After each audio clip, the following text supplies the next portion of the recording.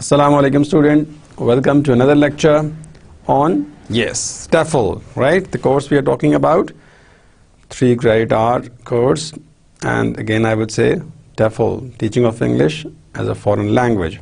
Fine. And today we are going to start another lecture on the last method that we were talking about. What was that? CLT. What does CLT stand for? Community. Community? No. What is that?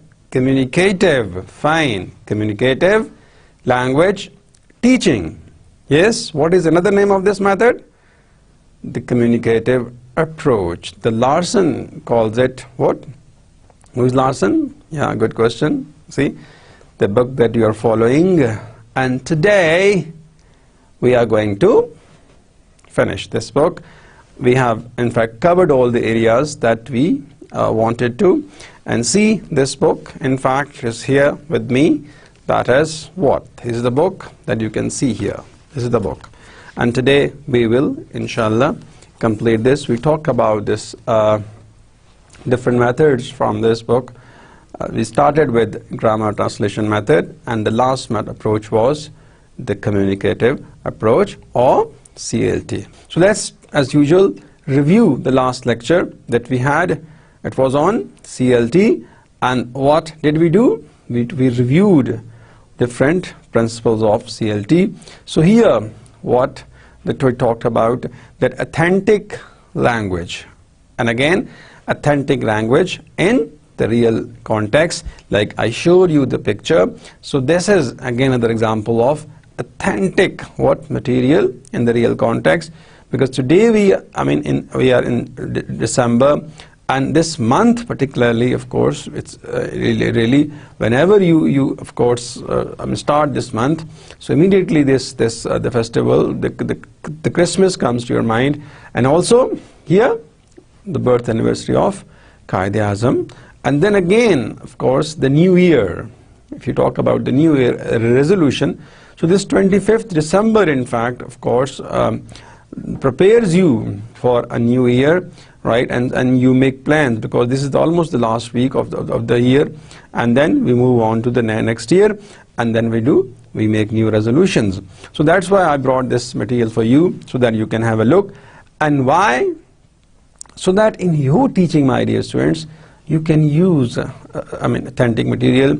And I told you that this newspaper is one of the best sources, one of the best realia available, and it is also the cheapest source. You can have a newspaper, and of course, even my dear students, that one newspaper for the teaching purpose, you can use it for months, right? Though it is advisable if you get a new newspaper in every class, but even the 1 month old, the features are of course definitely they're new, they're not old, so you can use that. And of course, and when here again, being a teacher, we have to decide that which part is to be selected.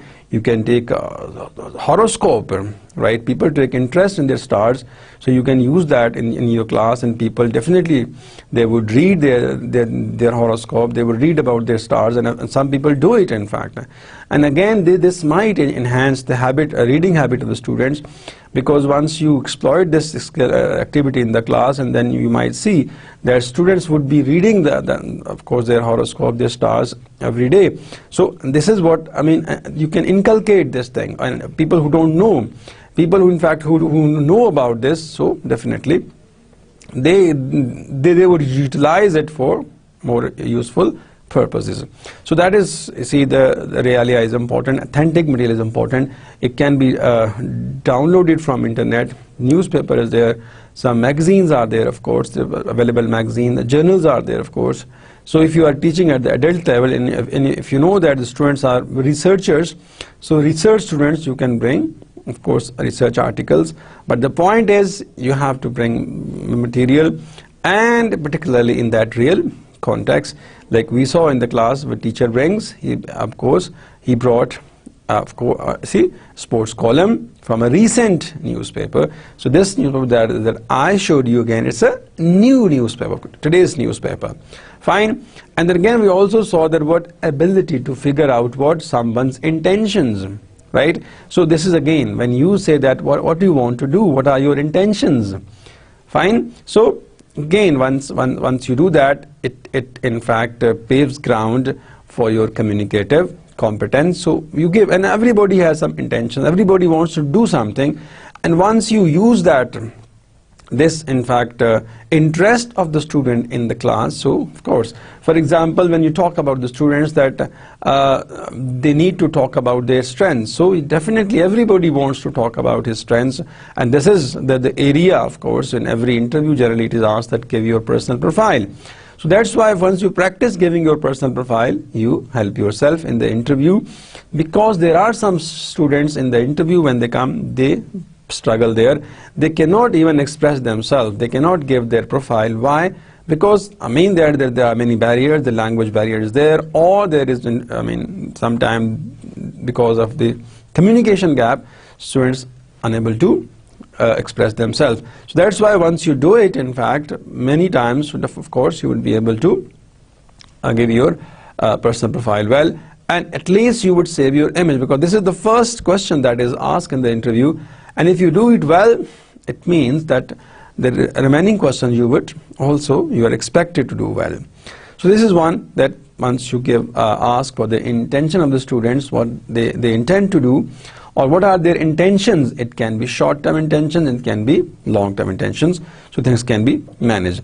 Then we saw, of course, communication is there, and see, language is, of course, a vehicle of communication, right? Not the object of the study. And the whole thing that we should know the language, we should not study about the language. So this is what that language is for: communication, for communicative the purpose. So that's why communicative competence, of course, is important. Then other, of course, means there are different forms that we saw in the last class.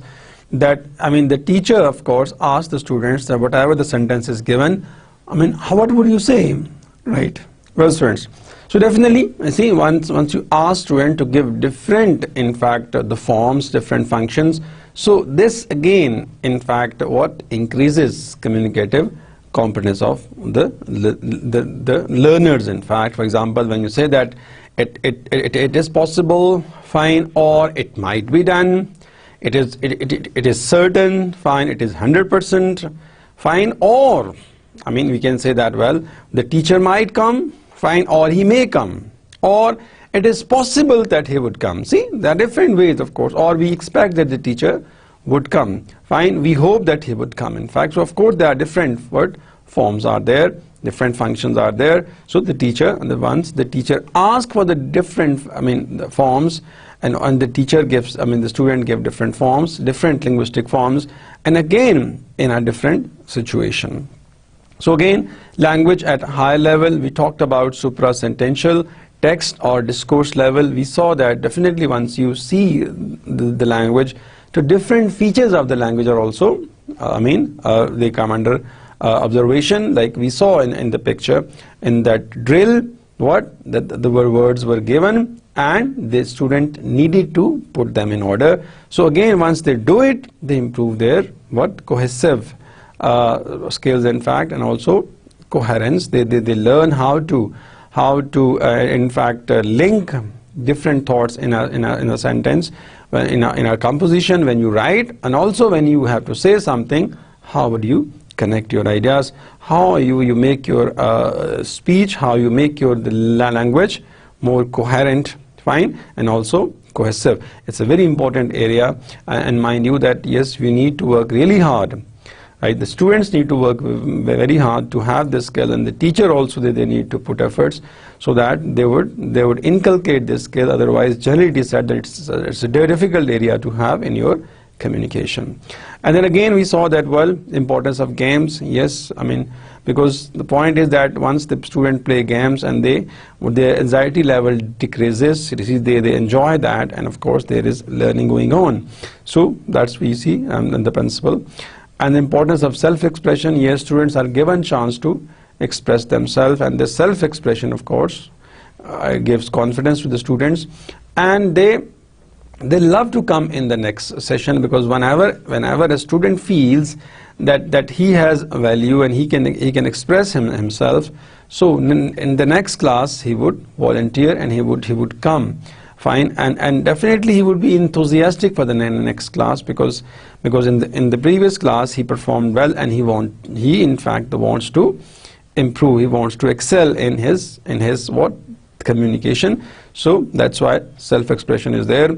And again, error as a natural outcome of what, development of communication skills. And you see the teacher of course used different strategies to overcome these problems.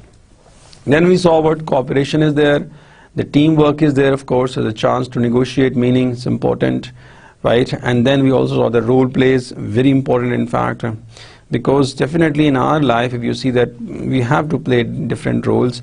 At times you are a student, you are playing a role of a student. At times you become teacher, so your role changes and you become the teacher. And of course, once you leave your workplace, you go back your home. Then over there you are brother, you are sister, you are father, you are mother. So your roles change in fact, and that's why once you learn language, you learn a foreign language through role playing. So definitely you see, mind you, that you learn of course the different forms and different functions of the language in a different situation, in a different role. So then of course you start thinking, fine. And then of course once you apply this activity in the teaching learning process, in teaching foreign language, so you could easily in fact manage your roles, in your communication.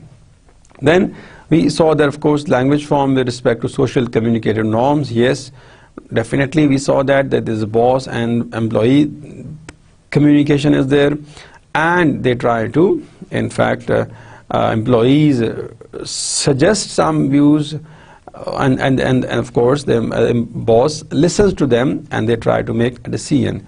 And teacher as an advisor, of course we see in this method, and also he gives guidelines, so he provides guidelines and also he is an advisor. And a choice what to say, in fact linguistic competence, and how to say communicative competence.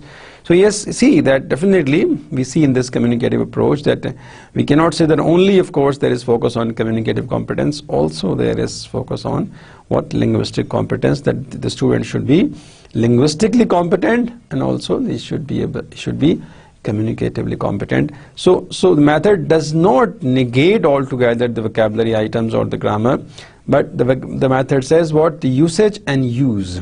Fine. So you should know, if you know the forms, if you know of course the grammar, the vocabulary, fine, it's good. But the method says these are not enough. You need more in fact. So that's why we need to have communicative competence. And you might have seen, of course, students, that some students, they are linguistically competent and some are communicatively competent. And now you have to decide that who in fact does well, the one who is communicatively competent or one who is linguistically competent, or the third way is the one who is both linguistically and communicatively competent, right? So it depends. If student is there that he knows about the language but he cannot use that language, so it means that he's linguistically he's competent, but when it comes to performance he cannot do that. And there's another student, what he does, that he may not have the knowledge about the language but he knows how to use the language, so he is communicatively competent. And a third category is where the student is both linguistically and what, communicatively competent. So yes, that's really important because he has both the skills, and he of course is better than the first one and the second one. And then of course listening to authentic language as a homework is given. Find the listen. See, in the class what did we do? We used real material, we used authentic material, because authentic material has what, the real life, the language. Authentic material is about the day-to-day incidents. So students in fact absorb themselves in that, and students of course they have an idea. Fine, there are some in fact there's information in their subconscious, so they can incorporate that of course the knowledge, and they can communicate well. So this is how evaluation, this is what, my dear student, that we talk about the last lecture, that was CLT, right? And very important, the approach where what happens, see that, well, your purpose is to be communicatively strong, and how? By using this approach. So our goal is interaction, and how the process is also interaction. That you see, you should know that if you want to be communicatively strong, so being teacher, you need to in fact design activities. You need to focus on the process of that approach. So process is also communication, and outcome is also communication. So this is what we talk about. So in the last lecture we also reviewed those 10 questions, and we talked about the role of a teacher, we talked about role of the students and all that. Today, we'll see just that how evaluation is done in this method in CLT. So it's informal in fact, right, and happens in the process of acting communicatively. Once students act, so again evaluation is done.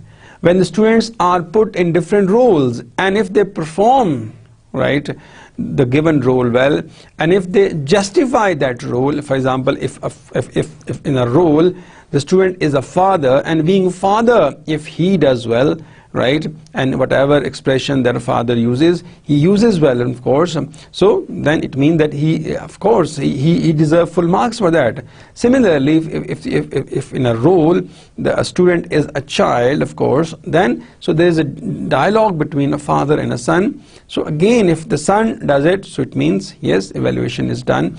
So this is what while the class is going on, evaluation can be done. And again, my dear student, that of course the best evaluation is that the student in fact is able to communicate. If you feel that at the end of the course students are communicatively strong, they can express themselves well in the class, they have no hesitation, fine, and they are communicatively competent, and also they are linguistically competent, so ultimately it means that you have achieved your objectives. You set objective initially that you want to develop your students communicatively strong, and if you achieve it, that is evaluation, because the product in fact itself speaks for the process. That if students, you feel that they can argue their case well, they can in fact inform others, they can make announcements, fine, and they can handle different situations, so it means they are communicatively strong because they have done that the given project. So that is, you see, the evaluation is there, of course. Maybe in fact there's a chance that a student does well in the formal evaluation, but when it comes to real life situations, so his communication may not help him. Is that clear? You understand? So, and then of course you can have, but the test is also a communicative test which deals with functions also, that of course different functions, right, how uses the student, uses different functions when he requests somebody, right, and he requests to his seniors, in fact, what would he say, or when he's supposed to talk to somebody who is junior to him, what would he do, or when he talks to his parents, what would he do, or when he talks to his teachers, what would he do? Clear? So that is what can be done. Again, the tests of course are what? Integrative tests are there, that writing a letter to a friend, which is function and conveys a meaning. It is also a social activity. Like we discussed that, well, the student should be both linguistically and communicatively competent. And when you ask a student to write a letter to a friend, so see, you are evaluating them in fact, and this is what integrative evaluation. You are seeing their linguistic competence, you are seeing their what? Again, communicative competence, because letter of course is a function, right, and conveys meaning, semantic. Then of course it is a social activity. Clear? So that of course can be, evaluation can be an integrative activity, fine, or it is what? While having the process. This way evaluation is done. How errors are treated, really important area of course that we saw in other methods, and that of course teacher use different methods to what? Evaluate errors. And definitely of course every teacher has its own style, like every learner has its own style, you know that. So you see, every learner, no two learners are equal, right, no two learners are alike. In fact, some learners are slow in fact in taking things, they are slow on the partake, and some learners are fast, they are quick learners. And again, some learners, they are slow, but once they get something, they retain it for long. And there are some learners who are quick in taking things, but they forget things quickly. They cannot retain things. So again, I mean, you see, a research can be done on that, on what, on different learners, right? On, of course, capacity of the learner, or what are the factors behind, of course, quick learning, and why, in fact, some learners are slow learners. So we need to know that is the background that creates a problem, fine, or in fact, other factors are there. That some are, of course, I mean, quick, some are slow, and maybe some are mediocres. Some are neither fast nor slow. They follow what? You see, a uniform. In fact, they have what we call the mediocres, in fact, not very slow, not very fast. They learn with a slow pace. And some learner, in fact, they have their own, example, they cannot retain things. And there are some learners, for example, you see, what they feel that in the class, they just listen. They don't take notes, in fact, but you see, they perform well in the, of course, in the evaluation. And some learners are there that they, in the lecture, in the session, they take notes, in fact, and they write each and every word what the teacher says, and they are very good in taking notes, fine. And what they do once they finish that lecture, once they go back home, so these students, what they compile, in fact, they make notes, and yes, they can be a success, in fact. So we cannot say that somebody who is sitting in the class and he doesn't take notes and he cannot be a good student. And again, we cannot say that somebody who is in the class and he takes every notes what the teacher says and he can be a successful student, or it can be a failure. So again, learners have definitely different their intelligence level and their own style. So is the case for the teachers. Every teacher has its own style, right? For evaluation, maybe a teacher is there that if a student, makes a mistake, so he corrects him there and then, without realizing the surrounding, without realizing the environment, he corrects the students. How does the student feel? Again, some students take it very, very positively, that, well, no problem, the teacher has corrected me, and that student thanks the teacher for his favor.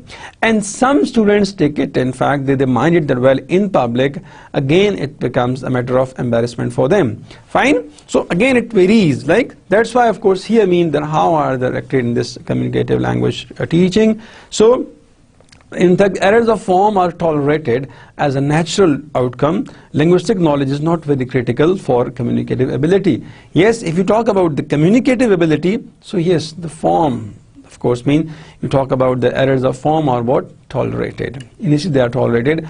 And of course, the experts of this in fact, advocates of this method, they feel that, well, once the student is fluent, in fact, so he is communicatively strong, so a time comes that, well, he can overcome his the form problem as well.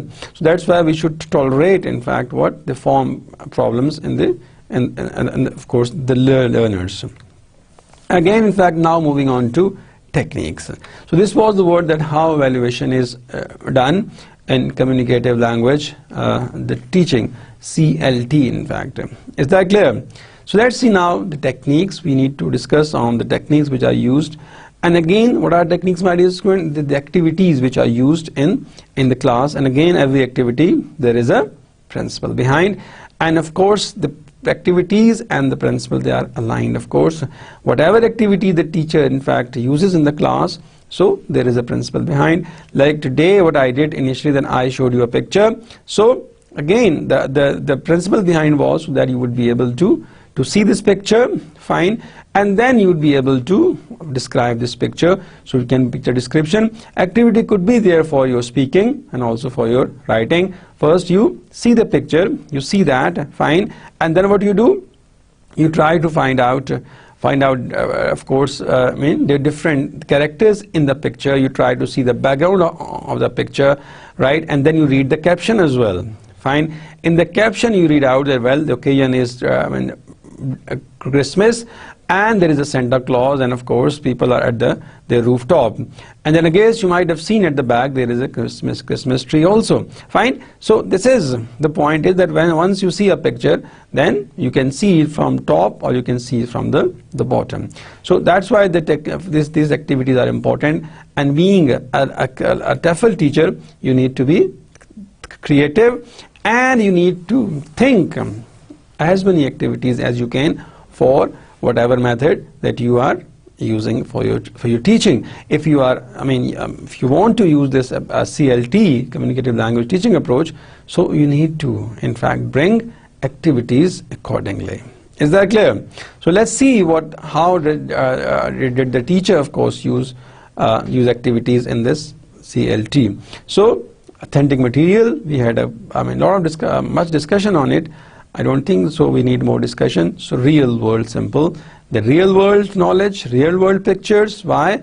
Because in the real world, you see, you come to know about the words which are in, you come to know about the idioms which are in, right? And you come to know about what? The current affairs. It's definitely, of course, you prepare your current affairs as well. And also, and then you are absorbed. You can easily assimilate those things. However, if you take of course a picture from 1995 or 2000, so learner would, definitely would take time to in fact grasp that what was the situation in 2000. Or if you take a picture, for example, 2005 earthquake, so maybe if you being teacher, you had an idea, you had experienced that, but the learner, in fact, they have to ask questions that what happened on that date, right? And because they have not seen it, because if they are, if they have never exposed to that, if they have never seen that incident, so or they have never experienced that incident, but those who have experienced, they can do that well. But again, with the passage of time, you know that, you see, we cannot retain everything, we can retain only the common things. So that's why, of course, we take materials from the real world. And you being teacher, that refers students, in fact, that refer the teachers also. Whatever, if you want to use authentic material, so use it from the real world. And that real world material, of course, would help you in exploiting things, would help the students also to learn things, in fact, to understand things, and they would communicate on that, of course, material more enthusiastically, and they would not get bored on it, because they have seen that, or they have overheard about that incident somewhere from some source. They might have watched a documentary on that, or they might have read a newspaper, or they might have seen that, of course, TV report on that. So these things would definitely, again, what the pave ground, in fact, make environment for communication. That's why authentic material can be a success. Then again, scrambled sentences, of course, cohesion and coherence, very important device for writing as well, and also for the speaking. And we saw it's a very good activity that the teacher has used. What he does, that he, of course, gives some sentences, in fact, find unscrambled sentences and ask them to scramble them, ask them to order them. In this way, you can provide them a model, for example, right? Or the teacher, what you can do if you want to add value to this activity, what you can do? Yeah, you can give them, in fact, unscrambled sentences, and then ask the students to put them in order. Fine, and later you can provide them, of course, the original model where all those sentences are scrambled. One.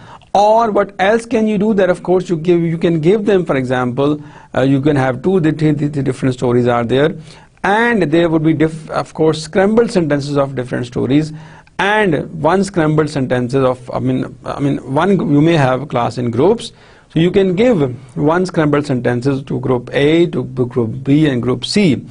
And then students, definitely group A, for example, one member of group A would try to put their sentences in order, and once they feel that they don't have the exact sentences which can be put in this story, so they would ask the group B, in fact, they would look for those sentences in group B. So again, they would be what, if you can say, intergroup, in fact, communication would be there.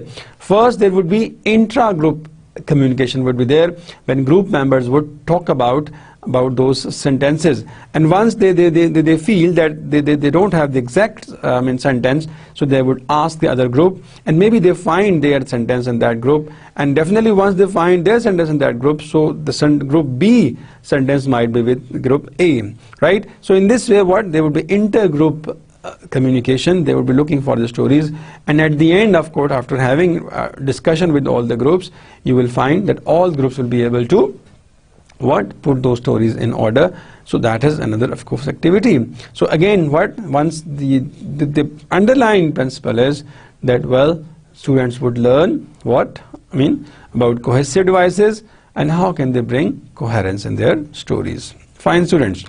Alright, so we see language games also. Yes, very important, my dear students, that language games are really effective. Fine. Again, I told you that, well, you can, again, it depends on in fact, the teacher, how he uses the language games. People say, of course, the practitioners of this language teaching, they say, yes, language games are really effective because that learning through games is a fun learning and learner enjoy, right, learning, and of course they internalize things, so learning is of course more spontaneous if they learn through games. And above all, the classroom environment is what, very useful, and students come, of course, in this class particularly, where the learning is done through this way. So again, you can use it for different, you can use it for choice, you can use it for feedback, or you can use it for information gap, like we did in the method, or you see in this class where the teacher uses different games. So again, I would say that if you are a creative teacher, you can think of designing the different games.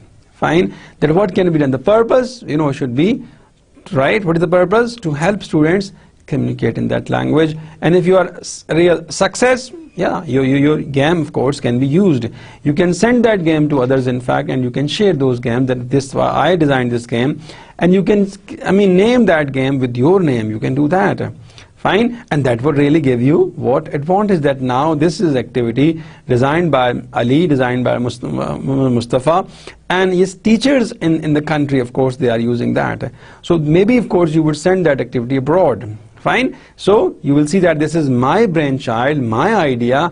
I, in fact, created this the game, and it works, right? Students, in fact, learn the language. They become more communicative. Fine. They easily communicate. In fact, their communication enhances through the game.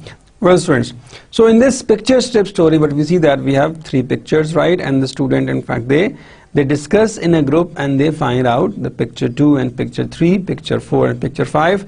In this way, what? They complete the stories. So through pictures, they, first of all, if there are 5 pictures with one student, and one student he gives one picture to other members, and all the 4 members, right, they see that picture, and then they guess what could be the next picture. Again, what prediction, in fact. And then, in fact, the person who has pictures, he asks them some questions, information questions, and then others reply, and then, of course, after that interaction, they select the next picture, and the students also guess which could be the next picture. So again, it's a where students learn how to guess, how to ask for information, and then again there is a teamwork and also negotiation and problem solving. So the 5th technique, my dear students, what is it? Yes, again, the role play, very important. In fact, mind you that in our situations, in fact, we have to play different roles. Different situational contexts lead to different roles, and each role uses certain forms for each function. Again, see, for each function we use different forms.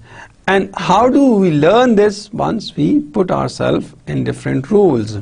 Right? So role play is, in fact, very important. Again, if you talk about the other methods where we use the role plays, so again here the role plays are used, but the point is again to help students communicate, right, in that role, of course.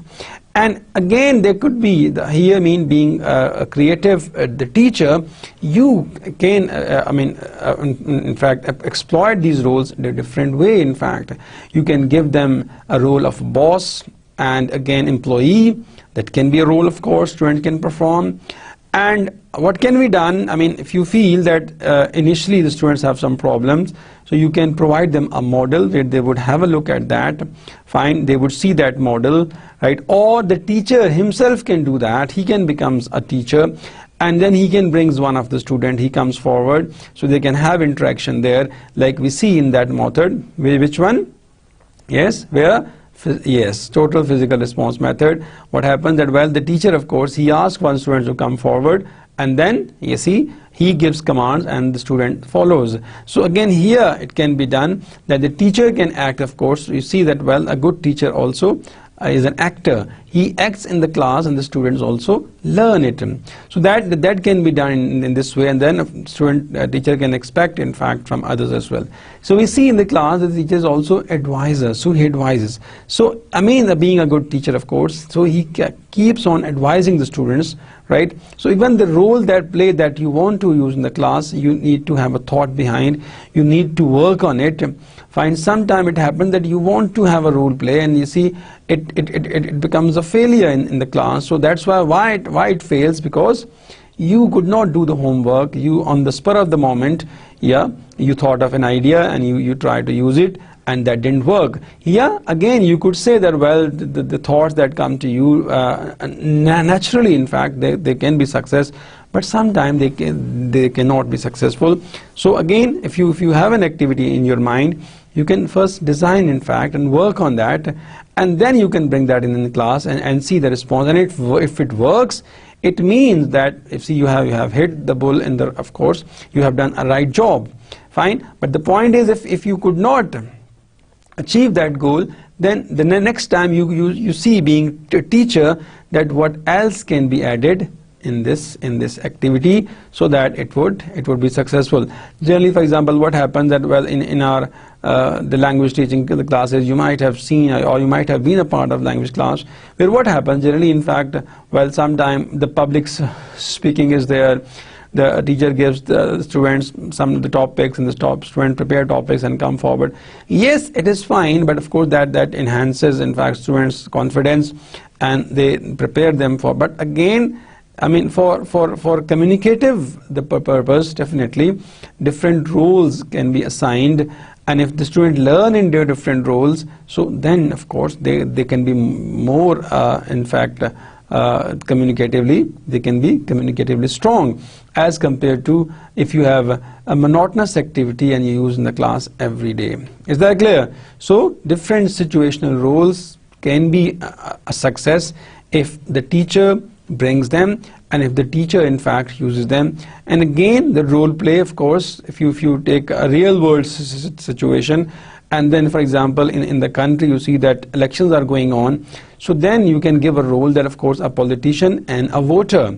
So why? Because in the country there are, elections are in, fine, and the politicians are asking for votes. So you can use this in the class, or there are local bodies elections are there. You can exploit this, as a role play.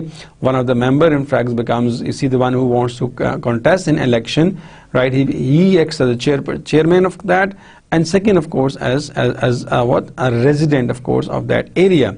So again, if there is a big mega event in the country, sport event is going on in the country, so you can exploit that as well. That we have seen in, of course, the teacher brings authentic material, so that material can be used for the role plays, in fact.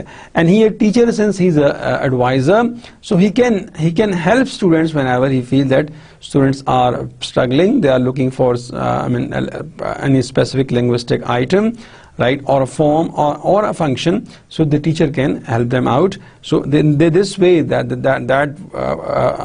could prepare students for their successful communication. So again, the role plays are really important, and a lot can be done on role plays to make them a real success. Fine. What can you do? Yes, for example, on these days you see there are different TV channels are there, so you can hold, for example, in fact, a 15 minutes stage show in that, where one of the student becomes anchor, and then he invites the guest also, and then, for example, he asks the questions. That can be a successful activity. In that way, what happens? The students, if your class size is 12 to 15, so the rest 12 can be the guest, and one can be anchor. And anchor, you can keep on changing the anchor. In fact, maybe one student remains anchor for 2 minutes, and then other comes. In fact, in this way you can have it. Or, for example, yes, these days in every institution a lot of events are organized, and sometimes you see the students have to be this stage secretary. So you can give a situation that today, for example, stage secretary is absent, and you are the stage secretary, and how would you manage, how would you manage this situation. He is the chief guest and so. So then this situation can be given to a student, and mind you, this really helps them for their life, because many a times you might have seen that, you see, all of a sudden your name is called and you have to give a shield to somebody, or you have to manage that function. So then you need to be ready for that. So these can be roles can be given to the students of foreign language learners. Why? Because through this way they will improve their communicative competence and also their linguistic competence. And once you give a role to a students, and students start thinking and thinks fast, and then if some students some students struggle in this way, and being a teacher, we don't discourage them. It is never easy to take control on the stage. Yes, it needs a lot of effort, but if some students does, you need to appreciate, so that he would manage it well. These are the techniques, my dear students, in fact, we talk about in this the CLT. So again, if I gave you the summary of these techniques, there of course the CLT is my approach of foreign language, the teaching, fine, and then the theory behind is, what is the theory behind? Yes, Delheim's of course theory, that of course Delheim talks about communicative competence and Chomsky talks about linguistic competence, right? And also Wilkins' notional model, that you have seen it. So this communicative language teaching, of course, definitely it is being used, in fact, successfully being used. Why? Because this the objective of this approach is that learner would be able to communicate well, he would be communicatively strong, and other way is that, of course, the way is, what is the way? Way is that he needs to use that approach. So to be a successful communicator, you need to put efforts in the process of that. Is that clear? So this is the way that we want to achieve it, and that's why in the class we saw a lot of activities were there, right? And again, in every activity we found students busy in communicating. So in one situation we saw them arguing, in another situation we saw them giving information, in another situation we saw them in fact acting in a situation. So these things we need in life, because in life what do we do? At times we have to give information, we have to make announcements, at times we have to have a dialogue with people, of course. So there is what? Communication. At times you have to persuade people, you have to give arguments.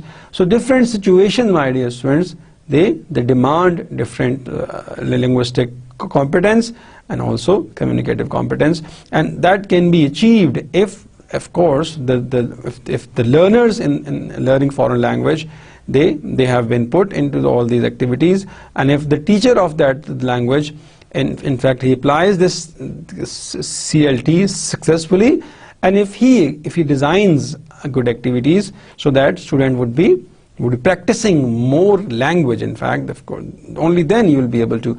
Otherwise, if you don't make students communicate in the class, then they won't be able to achieve their goals, and you being the teacher, you won't be able to achieve your objectives of the method. So therefore, see, if you want to see your students communicatively strong, so you need to improve the process of that, and processes that make them communicate, make them, of course, give them a lot of activities so that they would communicate more and they would be better. Remember that the more they communicate, the better they would be, in fact, and the vice versa. Fine, if the students, if they don't communicate in that class, and they're learning that foreign language, so what would they, of course, while communicating, you may not expect anything from them, fine, and for their language functions. Is that clear? So that's why the process needs to be what focused on. If you focus on the process, if you make activities communicate, of course, if you design activities which highlight communication, so you can see that students would be doing a very good job. They will be able to communicate their message well, and definitely, of course, after some time you find them their form accuracy as well, form correctness as well. If you, initially they would be good at functions, and with the passage of time their form would also be improved. Well, students, So today we try to in fact complete all these the methods that we talked about, and today we say goodbye to Larson's. And of course, which book we finished it? Yes, the book is Techniques and Principles in Language Teaching by Diane Larson Freeman. This is the book, and this book is in fact what talks about all the methods. We started with the oldest method, and we are of course in the current method, of course, that is being used. And CLT, if you talk about that, well, this is the approach that is in language teaching nowadays. And of course, we started with the oldest method, right? It was grammar translation method. Then we moved on to next method. What was that? So what does the grammar translation method talk about? Yes, GTM. Remember that, of course, the grammar translation.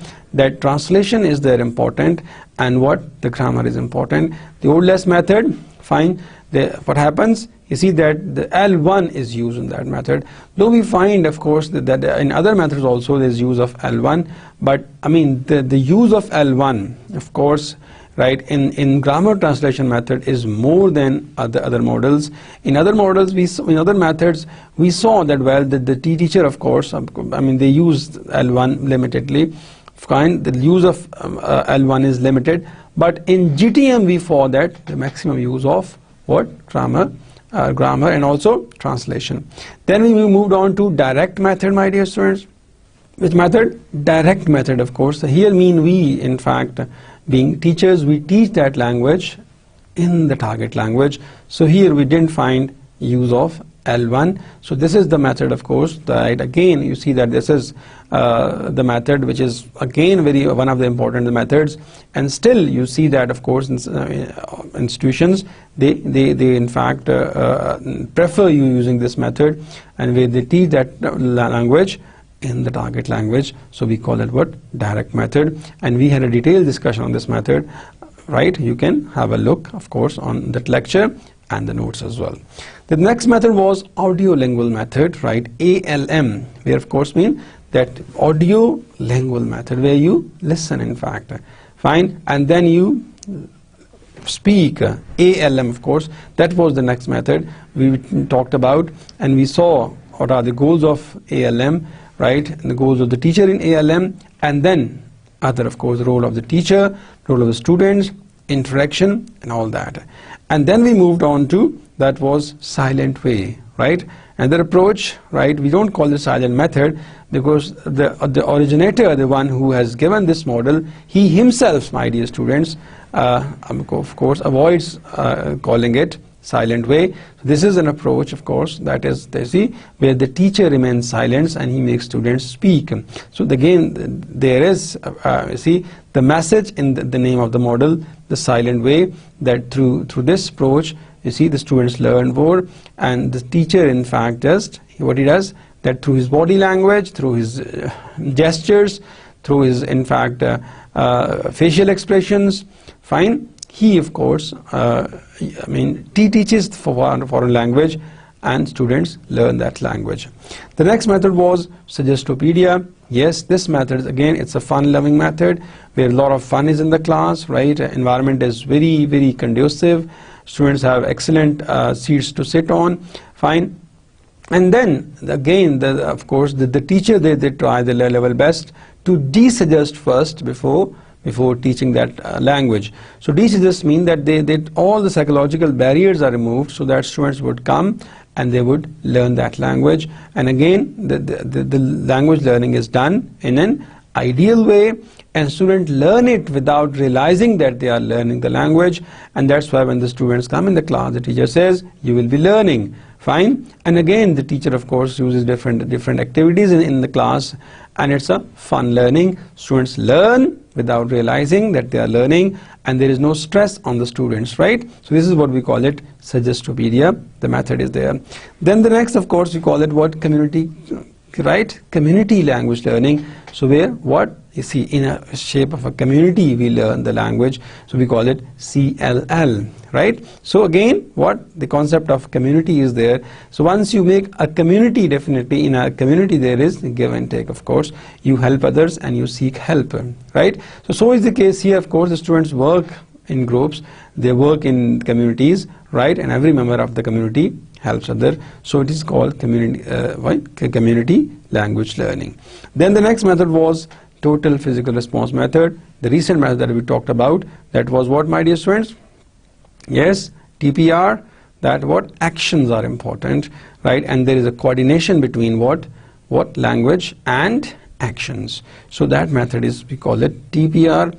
And again, J.M. Asher developed this method, and idea behind that, well, why? Because he developed this method by observing his own children, and he saw that, well, the children, of course, you see, they see the parents' actions, fine, and then they give response. First they listen, and this the method, the total physical response method, is the one of its method, is the only method that focuses more on listening skills. Other methods, in fact, want their the students want their learners to be able to communicate in the target language. But this method says, well, yes, of course, the method, you see, wants the learners to be able to communicate, but how? Through input. That more focuses on listening skills. The student listen, fine, and also their actions. They listen and they see actions, and then they start communicating, of course. So that was what total physical response method. And the recent method that we talk about, CLT, communicative language teaching, or we also call it communicative approach. And the method talks about what? That, well, that objective is to be able to communicate well, and of course focus is the means also. I mean, the means is what? The way is communication, and the output is communication. So student will be communicatively strong, fine, by what? By improving their process of communication. So this is what these methods are there, my dear students. And again, before we conclude this lecture, I would say that all these methods are there. These methods have been discussed in detail with you, right? So that you would see them, that which method, of course, if you want to use in your career, in fact, or if you are practicing the teacher, which method you are using in, and how successful this method is, right? And what are the, in fact, good points of the method, and which activities you can use in your class, right? And again, the Larson says, of course, in the preface, that it is not that you need to replace your method of teaching with this one of the methods, but what you can do is that once you know these methods, of course, and you will come to know our teaching methodology. This reminds me that in the next lecture, of course, we'll talk about what is methodology, in fact, particularly methodology for language teaching, right? So today we are going to start in the next lecture, definitely, our new the book as well. So dear students, yes, the Larson says, what does he say? That yes, it is not final that you need to change your methodology with the given one. Once you know these methods, my dear students, we talk about grammar translation method. You see, we talked about direct method, we talked about silent way, we talked about audiolingual method, we talked about Suggestopedia, we talked about CLL, right, community language learning, and we also talk about CLT, well, communicative language teaching. So all these methods are there. My dear students, yes, you might be confused that now we have talked about these methods, and you see maybe the method 1 is, maybe you are confusing with method 2 and 3 and 4. What you can do, in fact, is once you talk about the first method, compare it that like I did for you with the second method, direct method, and find out the differences. Then you might be able to, in fact, handle this problem. And once you do a second method, a direct method, then compare it with the third one, in fact, what happens in the silent way, then what happens in Suggestopedia, and what happens in what CLL, community language learning, what happens in the total physical response, and of course, what are the goals of a teacher in communicative language teaching. So all these methods are there, and they are really effective, mind you, right? And what you can do that, you can, read them, of course, read the book, lectures also, listen to the lectures, and then also Google out so many things. There is a lot of material available on these things. Find out more material on these methods and see how successful they are, in fact, fine. You can rely on the handouts also, which are given to you. So these, definitely this material would help you to open your vision, and then you can improve your foreign language teaching, because mind you that you are the TEFL students, and of course this is what our objective is, to be excellent language foreign language teachers. Is that clear? Is that all? Clear? Alright. So with this, it's time to say goodbye. See you inshallah in the next class with a new roadmap. Till then, it's goodbye.